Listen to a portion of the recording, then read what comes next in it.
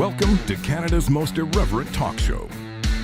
This is the Andrew Lawton Show, brought to you by True North. Hello and welcome to you all, Canada's most irreverent talk show, the Andrew Lawton Show, here on True North, kicking off another week. It is Monday, which means we have our good friend Kris Sims from the Canadian Taxpayers Federation joining us in just a little bit of time, and Jack Fonseca from the Campaign Life Coalition will be here to talk about the million-person march. I should clarify, it seems to have like 5 different names. At first, it was like the Million Man March, and then the Million-Person March, and then the Million March for Children, and the March for a Million Children, and the milking, marching millions. I don't know. I've seen like a whole bunch of different names for it, but we're going to go with the Million Person March on Wednesday, taking place at 9 a.m. across the country in cities from London to Ottawa to Calgary to Toronto to Kelowna to Chatham to, I think, Kamloops has one as well. And at its core, it is a protest for parental rights. People are going to be pulling their kids out of school. And as a result, it's a little bit interesting to see how many of the unions have decided to get up in arms about this and start pushing back. You may have seen circulating on social media, there was a Zoom call that took place over the weekend in which several union reps from CUPE Ontario, the Ontario Federation of Labour, the Canadian Labour Congress, all got together to put their heads together, such as they are, and come up with ways to push back against this. As one trans activist said, they want to stop it dead in its tracks. Now, this call leaked, and everyone's like talking about it as though it's some big, huge bombshell. I mean, the reality is they wanted people to be involved. They wanted this thing to be seen. They're not talking about anything that you didn't already know they were talking about. But the thing is, they believe there is a pressing crisis afoot right now. They believe it is a crisis of hate, that there is hate going on, and that it is the parental rights movement that is the great purveyor of hatred. And it was an interesting little thing to see. This is Patty Coates, who was one of the union organizers, outlining why they were having this rapid response call. To kick us off, I'm going to turn it over to OFL President Patty Coates for a welcome and a land acknowledgement. Patty. Thanks, Rob. I want to thank everyone for being here on such short notice. As you saw from our memo that we sent out, there's a number of protest events that are taking place all across Canada. We can't just let this be idle. We need to be able to organize. We need to connect with our communities in Ontario. From what I know, there's approximately 22 different events that are taking place, and there could be more now. But as allies and those that protect workers' rights, protect our kids' rights, and the rights of trans and our 2S LGBTQ plus community, we felt it very important that we do come together to fight against the rise of hate. And we're seeing it in province across province. We're seeing it now in our education system, what our premier and education minister has put forward with regards to the obligations of teachers and school boards, educators and school boards. And so that's why we're here. We're trying to connect with all of you, to talk about what's happening in our communities and what we can do as allies and supporters to fight against the hate within our communities. I should have poured a bunch of shots, and we could have all done a drinking game that you could play along with at home. It's 1 o'clock. I'm sure it's 5 o'clock somewhere, of course. Actually, it's not really 5 o'clock anywhere. It's 5 o'clock like over the Atlantic, but it's 6 o'clock in the United Kingdom right now. So there we go. Then every time they say the word hate, you could have just taken a shot, and you actually would have been just passed out drunk already after that 2-minute clip. Yeah, poor Sean. He says he was doing the drinking game, and he's already too drunk to continue the show. So if the remaining clips don't fire, it's because Sean was doing the drink every time they say hate.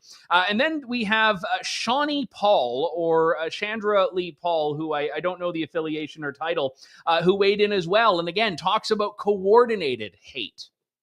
This is scary, I'll be honest with you, as a member who is a out proud queer individual and activist who's been doing this work for over 30 years now. It is, in my experience, my personal experience, the first of this kind that I've seen here in Canada, of this super broadly and coordinated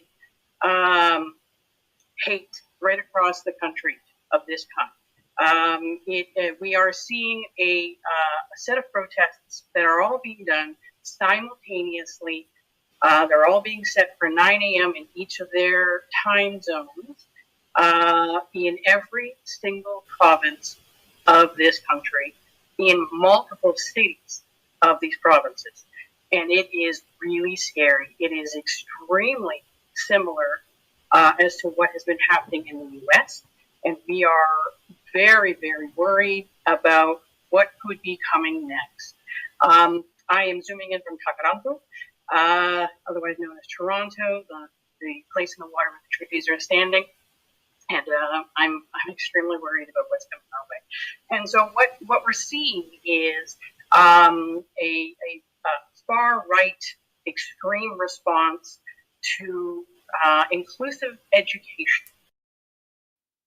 Ooh, a far-right extreme response. That is in addition to the coordinated hate. Now, let's not mince words here. What we're talking about are parental rights. The protests have been for parents to have more oversight and authority, as they've always had and as they're supposed to have, over their children's education. They're not resisting inclusive education. They're not resisting the fact that trans people are going to be taught in schools, that gay people are going to be taught in schools, that there are going to be gay teachers and trans teachers. They're resisting look, most of the people on this call are teachers, and many of them, as you can see on the Zoom call, they all have the various pronouns in their bio. This is already an inclusive education system, as evidenced by all of these people on this call who work within the education system. That's the part here that I find so baffling, is that they've already basically won. But when in New Brunswick, the premier says, you know what, if a kid wants to change their gender and pronouns at school, maybe we think parents should have a say in that and be able to consent and have to consent. And then similar pushes in Saskatchewan and Manitoba, and finally in Ontario, the conservative government that conservatism forgot, or that forgot conservatism, I guess, has also started talking about this, with Doug Ford railing against indoctrination because it is a popular policy. Parents believe they should have autonomy over how their children are raised. That parents are the first, best, and primary educators for their children. And it isn't just about a disagreement. Oh, we disagree on this part of it. They actually despise. They despise the very people who are raising these issues, who are planning to protest on Wednesday. This is a clip from Emily Quayle. Now, she's been an activist and organizer in Ottawa. She's not a teacher, but she's a graduate student, I believe, at Carleton, and that's why she's a member of CUPE. And just listen to her rhetoric about the protesters that believe in parental rights. The fascists are organizing in the streets. I'm a researcher at Carleton, and my focus is fascism in Canada, and the signs that I've seen that were rising, that this is far more than just like a far-right transphobic protest. They are fundamentally racist. They are fundamentally anti-union. They are fundamentally queer and transphobic. And it's just a matter of time before they come to us. And the only way, the best way that the fascists have been stopped in the last 100 years has been when we unite in massive numbers in the streets. They're fascists. They're fascist. They're racist. They're fundamentally transphobic. Now, they're fundamentally racist, she said. Now, I actually interviewed a couple of the fundamentally racist organizers of this protest a couple of weeks ago. Sean, do we have an image from that interview? Oh my goodness, look at how fundamentally racist they look. That's the fundamentally racist Camille Al-Sheikh and the fundamentally racist Bahira Abdul Salam. You can see they're just white supremacists, the kind that are Middle Eastern and wear a hijab, that kind of white supremacists. You may not be familiar with them, but according to the great union activists, these are racist white supremacists, because how else could they ever be engaged in the dialogue around parental rights? And it was interesting. One of the speakers actually spoke about the need to stand up against oppression in the same way that they stand up against like anti-Muslim oppression. And I'm like, you guys are the ones oppressing the Muslims right now, because when the Muslim families get up and say, you know what, we love tolerance and diversity and all of that, but maybe we're not too keen on this gender stuff in schools, now all of a sudden they're lumped in. I mean, the Muslim community must be very confused right now. These people that were welcomed with open arms by Justin Trudeau 7 years ago and now are being denigrated as like white supremacists. And they're like, is this like a mistranslation? No, these people are just absolute lunatics. That's all that's going on here. And if you look at this, I'll share one more clip for you because it explains why they're so scared. I mean, this whole crisis call that these union folks had, 100 and some odd people gathering. I mean, when union people gather on a weekend, you know it must be serious business because, well, anyway, you get the joke. But this is Vicky Smallman, who talks about why it is that they're so worried.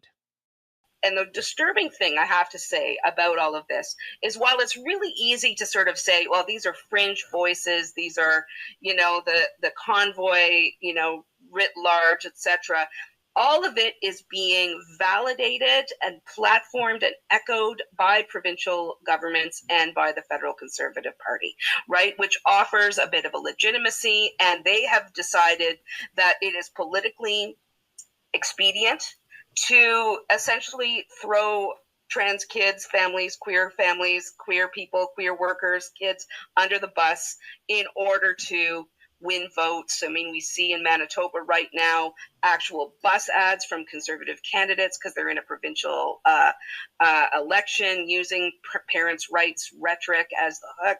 It's really crappy. Now, I'm not one of these people that believes that the popular is always the right.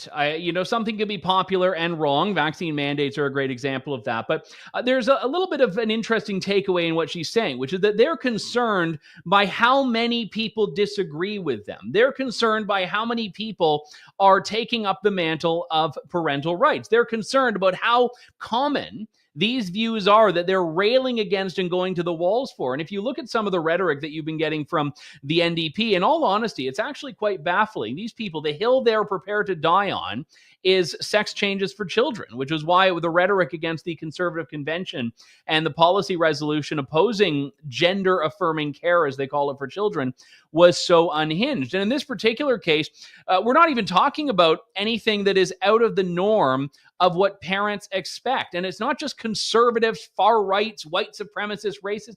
It's just normal parents that want to have some level of oversight on what their children are being taught, and more importantly, how it's being taught.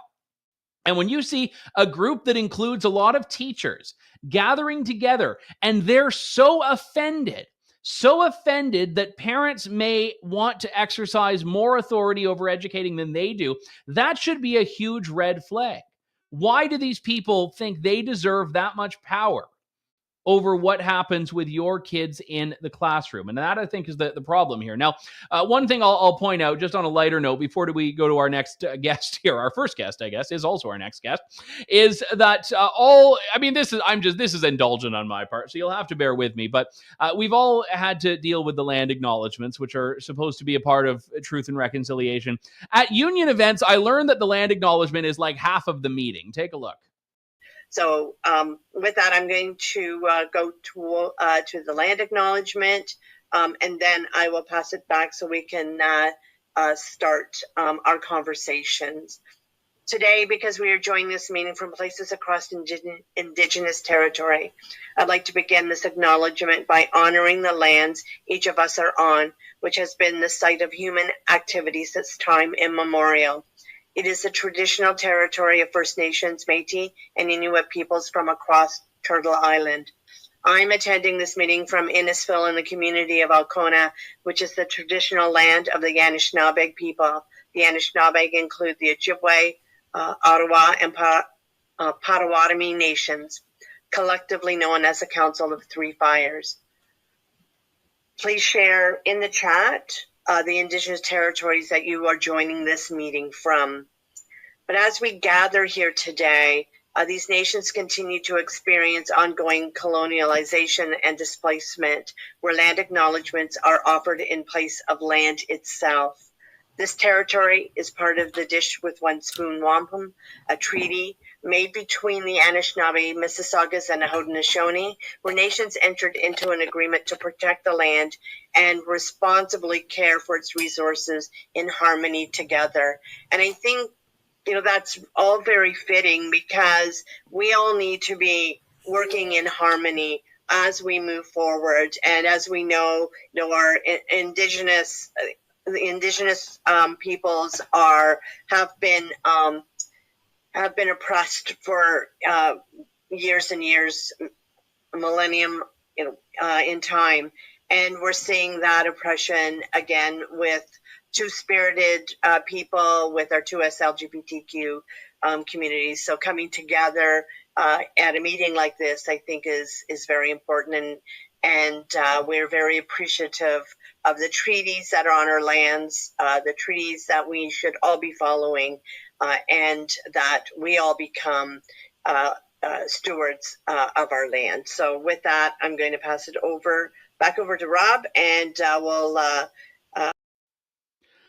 That was the longest land acknowledgement I've ever... I mean, the land acknowledgement lasted longer than Confederation has, basically, up to that point, which is particularly odd, because I kind of thought at virtual events you didn't have to do the land acknowledgement because you're all gathered, but the loophole there to the Ontario Federation of Labour is everyone has to do their own land acknowledgement in the comment section. So for if you watch the video, for the next half hour, the chat is just popping up with everyone's land acknowledgement when they've already moved on 7 topics by then. So the reason I poke fun of those because they're all just theatrical. I mean, they all cloak themselves in this language that has nothing to do with any real problems that exist in the world. And even Indigenous people are often the ones who call these things empty words more than anything else. But to talk about the more serious point here is that we have parents that are coming together, and people in this country from all walks of life, all backgrounds, faith groups, in many cases political groups. And to these union activists, it's just a far-right convoy 2.0 white supremacist.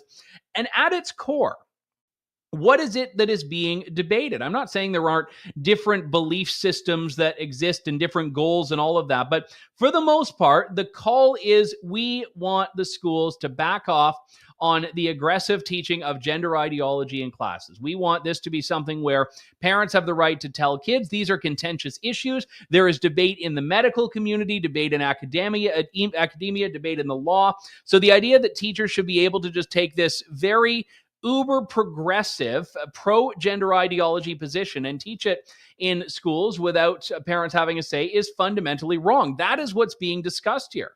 It's not anti-inclusion, it's pro-parental rights. It's that simple. Jack Fonseca is the political operations director for the Campaign Life Coalition, which has been a supporter of this big event coming up, and he joins me now. Jack, good to talk to you. Thanks for coming on today. You're welcome. Thanks for having me on. Just to back up here for a moment, I mentioned earlier in passing the Conservative Convention, which I timed very well with this march we have coming up. And a lot of the response we saw to those anti-gender ideology motions being passed were just hysterical from people. Yeah, it was, it came from the left, from the far left, the media and some LGBTQ 2S plus activists. But essentially, what those two motions consisted of that passed, or those two policy resolutions, I should say, which are now official Conservative Party policy and passed by a very large majority, was that the first one was that basically that the Conservative Party opposes sex changes for children under the age of 18, that we oppose chemical or surgical mutilation of children under the age of 18. And that's just common sense. I mean, kids under 18 can't get a tattoo without the consent of their parents. They can't drive. They can't have sex. They can't get married. So all of this makes sense. Why it would be controversial to anybody to say that a child whose brain, the prefrontal cortex that's responsible for making decisions, which doesn't develop until the early 20s for human beings, why they should be allowed to make a decision to cut off perfectly healthy body parts or to take puberty blockers and cross-sex hormones that have irreversible damaging effects to the body. It's crazy. It's crazy that anyone would say, yeah, that should be totally permitted. And then the other, oh, sorry, go ahead. No, I was just going to add to that point. And we have people that are part of this growing, and it's quite a heartbreaking group called detransitioners, people that have gone through this because they had enthusiastic doctors or parents when they were children and have lived to regret it because this thing that was driving it was a sense they outgrew when they did reach maturity. Yeah, absolutely. And the science has always backed that up. Even the American Psychiatric Association, in the Diagnostics and Statistics Manual, admits that if children are just left alone, they by the time they enter into adolescence, they will have 88% of, I believe it was 88% of boys, or 88% of girls, and up to 95% of boys will no longer persist in the belief or the concern that they're of the opposite sex, that they will outgrow that sexual confusion. And that's if we just leave them alone. And that's from the American Psychiatric Association. So this is fact. This is real science. And what the gender activists, the transgender activists, are throwing at our children, indoctrinating kids in the schools, right in the classroom, as young as kindergarten, 5 years old. It's absolutely criminal. It is child abuse, telling them that they might be the opposite sex, that they might be trapped in the wrong body, and that they need medical or surgical interventions to be fully human or to be fully who they are. That is just child abuse. It's crazy. To fast forward to the march this week, you have communities across the country. It started with a couple of Muslim organizers, but they were very clear. They wanted evangelicals and Catholics and atheists and Jews and anyone that believes in this core message here. I think for me, at its core, is that these are very live issues. The fact that it was being debated at the Conservative Convention, the fact that there is debate in the medical community, suggests that we're not at the point where we have this universally accepted approach to this issue that can be taught to children in the same way that 1 + 1 = 2, or the alphabet starts with A and goes to Z can be, right? Yeah, that's right. It's and this, the fact that this march is happening with close to 100 locations, perhaps it's surpassed 100 locations by now in, I believe it's all of the provinces and one of the territories. And this is going to be huge across the country. It demonstrates that no, the average Canadian, and especially parents, don't agree. The consensus is not settled by any means, and in fact, it's rejected. The notion that children can declare themselves to be the opposite sex, opposite from their biological reality, it is rejected by parents, and that's going to be borne out in this protest across the country on Wednesday. I don't know if you saw that whole union confab that took place in which all of these labor people got together. I mean, the level of venom they have towards parents really is what it comes down to. It was quite astonishing, not all that surprising. And again, I don't want to say this is representative of all teachers, but many of these people are teachers. And I really asked the question of why should we not be calling them out? And why are more people not calling them out for believing that they should be the ones that make these decisions? Because that's really what they're saying. They're saying they know better than parents. Yeah. Yeah. Schools have become toxic. The truth is, the reality of the matter is that our public education system, both public schools and Catholic schools too, that are government run, have become indoctrination centers. They're brainwashing centers. They're run by Marxists. Most of these, there are some good teachers. I know. I talk to them privately. The minority of good teachers who don't agree with with the brainwashing that's happening in the schools, and they feel alone, and they feel, gosh, if I speak out against this anti-scientific nonsense, I'm going to be fired. I'm going to be disciplined. But the problem is that the Marxists who run the colleges that teach the teachers, they are Marxists. They want to fundamentally, they want to undermine Western society, which is built on Judeo-Christian beliefs, and they even want to undermine science and the belief in truth and reality, because it serves the Marxist agenda. And unfortunately, you've got young teachers now, the ones who get taught at these teachers' colleges, are indoctrinated with this ideology, this transgender and gender fluidity all of this ideology. They're brainwashed to believe that it's human rights, that they're fighting for civil rights. Somehow, if they're teaching this in the classroom and hiding it from parents, if they're actually helping children to impersonate the opposite sex and use opposite sex names and hide it from the parents, these teachers are being taught that they're doing something good, that they're actually being good people and good teachers. And the opposite is true, that what they're doing is they're participating in child abuse. And the reality is, if you look at what transitioning at school leads to, where teachers are saying, yeah, okay, we'll hide it from the parents, we'll let Johnny call himself Susie and at school and live a double life that's separate to the life that he lives at home.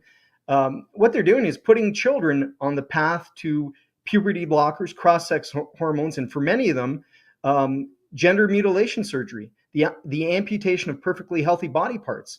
And I don't want to skip over the dangers and harms of puberty blockers and cross-sex hormones. These are not harmless, like taking an Advil. Puberty blockers are extremely dangerous. They're very harmful.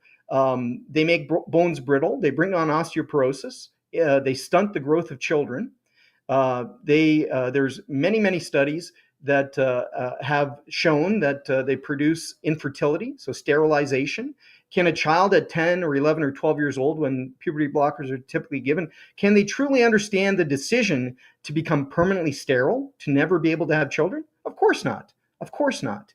And, Dr. John Whitehall, a professor in pediatrics at Western Sydney University in Australia, he has cited from his research that while on puberty blockers, quote, the volume of the brain decreases at 10 times faster than the aging process, end quote. So you think about that. We're putting kids on puberty blockers, which causes the volume of their brains to decrease 10 times faster than the natural aging process. And then the next step is hormone therapy, cross-sex hormones.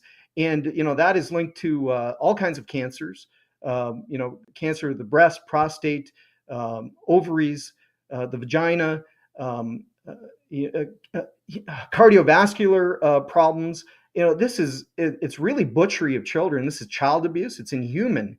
And this is why parents are coming out of the woodwork and joining this Million March for Children to protest this form of child abuse that is happening right in our schools. And which one are you going to be at, Jack? I think I'm going to be at the possibly the Kitchener one. Okay, wonderful. Well, yeah. They're all over the place. I was seeing this morning on the website, I was looking at the list of them, and I think as I refreshed the page 10 minutes later, they had added another one or two of these. So it's going to be large. I know they were using the term million. I don't know if it's going to be 1 million people, but certainly if you look at the polling that's been done on this, it's a majority of parents that I think fundamentally align with the policy we're seeing in New Brunswick, that we're hearing discussed in Ontario, that Manitoba and Saskatchewan are talking about. So definitely this is not the fringe minority, as Justin Trudeau and some of those union folks would have said. Jack Fonseca is the political operations director with the Campaign Life Coalition. Good to talk to you, Jack. Thanks for coming on today. Thanks very much for having me. All right, we'll have a little bit more on this tomorrow and a bit of a postmortem on Wednesday. Some of the marches are going to be going probably still while we're on air on Wednesday, so we'll try to get some of the early footage and talk about that. I won't be out there because I have to be back at the show, so I won't be covering it on the ground. I do want to turn to bread, though. I was trying to think of a witty transition. Transition, there we go. We'll transition to bread. There we go. It wasn't like a segue about yeast or dough or anything like that. I was trying to come up with a clever one, but I couldn't in the interim. But we will talk about the grocery crisis. Now, you already know as Canadians that there is a crisis at the grocery stores. You go, like we all do, you see the prices on the shelves. You know how they've been going up and up and up. And the government has seen its poll numbers go down, down, down. So the result is simply that, we have to find a new bogeyman. So the federal government did the big tough thing. They've summoned all of the grocery executives to Ottawa for a finger wagging, which is taking place right now, believe it or not. About 30 minutes ago, they all started walking in, and the media was trying to get them. And Oddly, the grocery companies were doing this all wrong. They should have been coming out and chatting with reporters and saying, yeah, this is terrible. We hate this. You should know about all the costs we have to deal with and the carbon tax. But instead, one guy, the head of Costco, says no comment. Galen Weston of Loblaw just walks by silently. There was a guy from Metro that stopped and chatted for a little bit and just said, oh, I'm looking forward to a good meeting and an exchange of ideas. The head of Sobeys, I don't think, said anything. So these people are letting themselves be portrayed as the villains here, which is what the government wants. This is what Justin Trudeau said when he announced this grand summons. It's not okay that our biggest grocery stores are making record profits while Canadians are struggling to put food on the table. So Minister Champagne will be calling on the heads of large grocers to come to Ottawa with a plan to address the rising cost of food. And we expect to hear from them by Thanksgiving on what their plan is to stabilize prices. And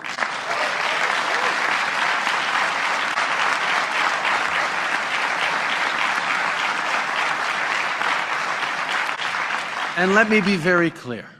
If their plan doesn't provide real relief for the middle class and people working hard to join it, then we will take further action, and we are not ruling anything out, including tax measures. It is not acceptable. It is not acceptable, and we will not stand. Oh, well done, sir, well done. He offered nothing. He said it's terrible and we're bringing them here.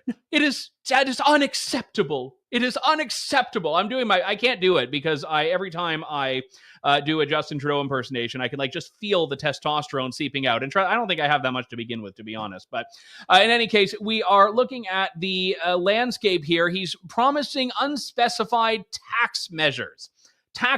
So just think about that for more than 5 seconds here. What are those what are those tax measures? Are you going to tax groceries to make groceries cheaper? No, you're going to tax grocery stores. And what are grocery stores going to do when they have this extra burden that they have to spend on their taxes? They're probably going to pass it on to their consumers. It's easy to look at the corporations and be like, oh, the big profits are scary and evil and all of that. But if you look at the overhead that any business in Canada operating needs to contend with, certainly grocery stores, you are going to see they're dealing with inflationary pressures as well. And they're entitled to make a profit because they are private companies. So the NDP plan, if you look at Jagmeet Singh's proposed law here, is basically that we need to ban grocery store profits and ban price gouging and price fixing. Oh yeah, those things are already illegal. So your proposal to ban price fixing to lower groceries is not going to do anything. You know what they're not talking about? Getting rid of the carbon tax. Maybe they should be. Kris Sims is the Alberta director for the Canadian Taxpayers Federation and our regular Monday contributor starting last week. It's good to have you back, Kris. Thanks for coming on. Thanks for having us on. The elephant in the room here, the one thing the government is doing, you can't control what Galen Weston does and what all these other no-name, no pun intended, what these no-name grocery executives do, but you can control what you as the government of Canada do. And hey, you've got this big giant thing that everyone agrees is driving up the cost of groceries. Yeah, for sure. I was watching that press conference last week and just wanting to bang my head against the steering wheel as I was listening to it. Prime Minister, the call is coming from inside the house. Okay? This is on you. Your carbon tax is making groceries cost more. And to break that down, a lot of people will say, oh, well, farmers get an exemption. Yes, they do for their vehicles, but they don't for their barns or for grain drying. Okay, so the parliamentary budget officer themselves has explained that the carbon tax is going to cost Canadian farmers around $1 billion extra between now and 2030. So within the next 7 years, Andrew, that's an extra $1 billion of cost. And that's because, of course, they use natural gas and propane to dry their grain. They also use natural gas and propane to heat their barns. So all those chickens and pigs and cows that need to survive the Canadian winter, guess what? They live in heated barns and we eat and use them all the time. And then, of course, it's the truckers who are bringing the groceries from the farm to the stores. And then it's the stores themselves that have to keep the lights on. And quite often that's using natural gas. And so it's very clear that the carbon tax, Trudeau's carbon tax, makes stuff cost more, including groceries. And to hear him float this idea of a tax measure is just mind-boggling, because taxes make things cost more. And this reminds me, that was that old Reagan quote. Remember? What is it? If it moves, tax it. If it stops moving, regulate it. Like, if it stops moving, subsidize it. And I think if it keeps moving, regulate it, I believe. Exactly. Like, there are some ideological politicians that just think more government is the answer. And in this case, it just certainly is not. Yeah, and look, I'm not going to look at Galen Weston and say that he is lily white in this. I mean, a lot of corporate executives have to be very ruthless, and they are making a lot of money on this, but they're also doing what the system requires and allows, which is to make money. And the profits have not actually increased as much as the government likes to claim that it is, because the reality is it's their costs as well that are increasing. They're dealing with any inflationary pressures that exist outside of the grocery stores. It's not like everything has stayed the same and then boom, the retail cost has been jacked up because of inflation. Exactly. There's no magical supplier that these people are using. Okay. We all get them from the same sources and from the same places. They don't have an inflation-free store that these planners and these folks get to go to. And yeah, like, think about it. What we just watched was a handful of people go into a building. Are we really to believe that it's these handful of people that are maniacally making food cost more? Like, are we older than 12 years old? We all know how these systems work, or at least we should. And the idea that we have a government now that's been in power for 8 years, and by the way, they've got ministers, they've got deputy ministers, they've got staff who are supposed to know the basic economics of this stuff. For them to turn around and just use this as a scapegoat when it's they who are largely causing this problem, also due to inflation, because they've been printing money. Remember, the Trudeau government printed $300 billion out of thin air. That is going to make inflation much, much worse, which of course increases the cost of food. And so we can all see them. We should all know this. It reminds me of Dr. Thomas Sowell, who, by the way, is still with us. He's 93, Andrew, and just put out his latest book. He recommends asking 3 questions of a politician or bureaucrat who comes up with a great new idea, like a grocery tax or regulating the price of groceries. He says you should ask 3 questions. You should ask, at what cost, compared to what, and what evidence do you have? This fails on all 3 of those questions.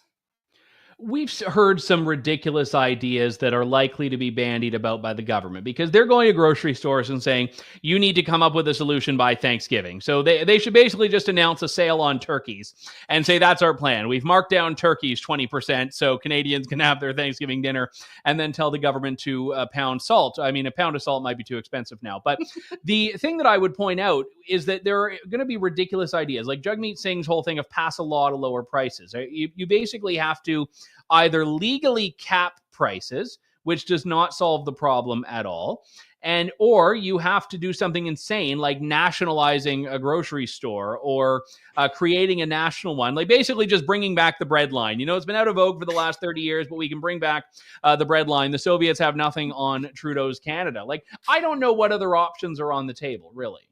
I've heard that language, and it's scary. It's scary. They shouldn't even be thinking about those sorts of things.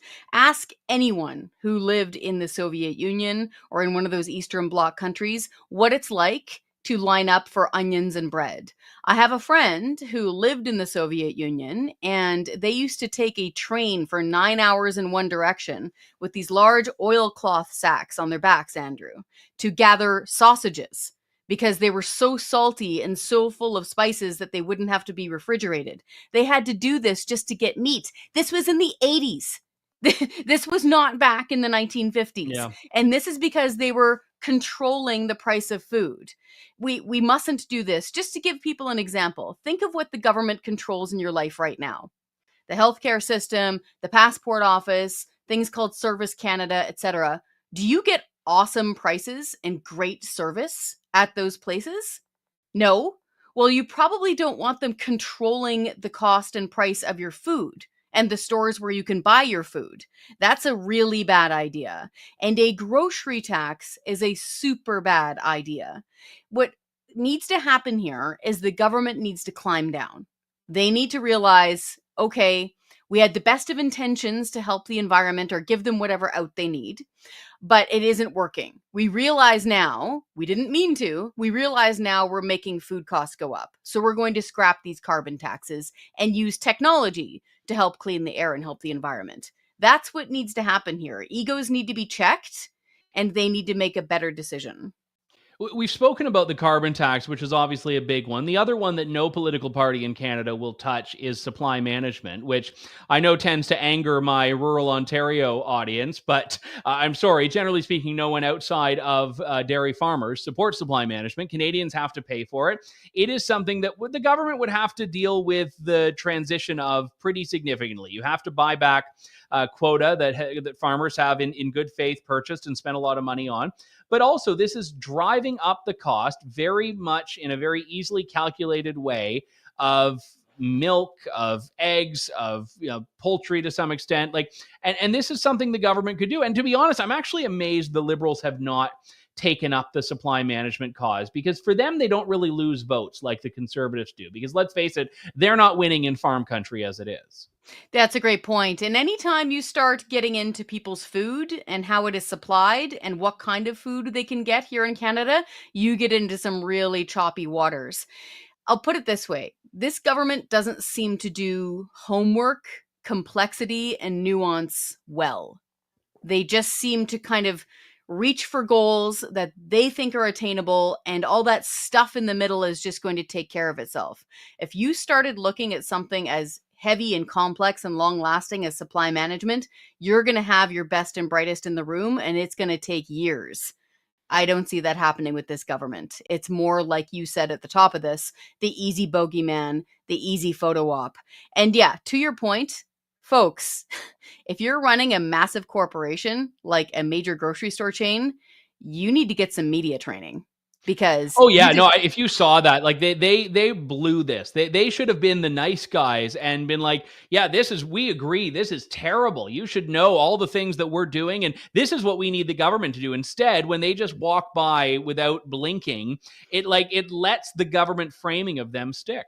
Yeah, it makes them look like the bad guy. And hey, I'm not a grocery expert. I don't work for a grocery store, but I am pretty good at media, and you shouldn't do that. You should be more open. You should be more forthright. You should say something like, I last saw an economist say that the grocery portion, mind you, of their profit is around 3%. So not including the add-ons like the frying pan that you're impulse buying because you forgot to get some earlier, or the pharmacy element, just the groceries. They should have had a really easy stat like that, like 3%, right on the top of their head, and say, you know what? We're here to help. We're making about this amount, but we're going to listen real hard. And, we'll let you know how it goes. That took 15 seconds. Yeah. No, very well said. Kris Sims, Alberta Director for the Canadian Taxpayers Federation. Always good to talk to you. We will see you next Monday. You betcha. All right. Thanks very much. That does it for us for today. We'll be back in just, 23 hours and 15 minutes with more of Canada's most irreverent talk show. Make sure to check out donate.tnc.news if you are minded to support independent media. And if you are in Alberta or you are willing to travel to have a good time, we are hosting our first ever live in-person event on Saturday, October 21st in Calgary. It is called True North Nation. I'm going to be there. Rupa Subramanya is going to be there, Harrison Faulkner, Rachel Emmanuel, and some other special guests still to be announced. You won't want to miss that. It's going to be a lot of fun. And if it works, we will do it again, hopefully in a city near you. But if it doesn't work, you'll have wanted to be at this one just so you had your chance and didn't miss it. But hope to see you there. We will talk to you tomorrow. Thank you, God bless, and good day to you all. Thanks for listening to The Andrew Lawton Show. Support the program by donating to True North at www.tnc.news.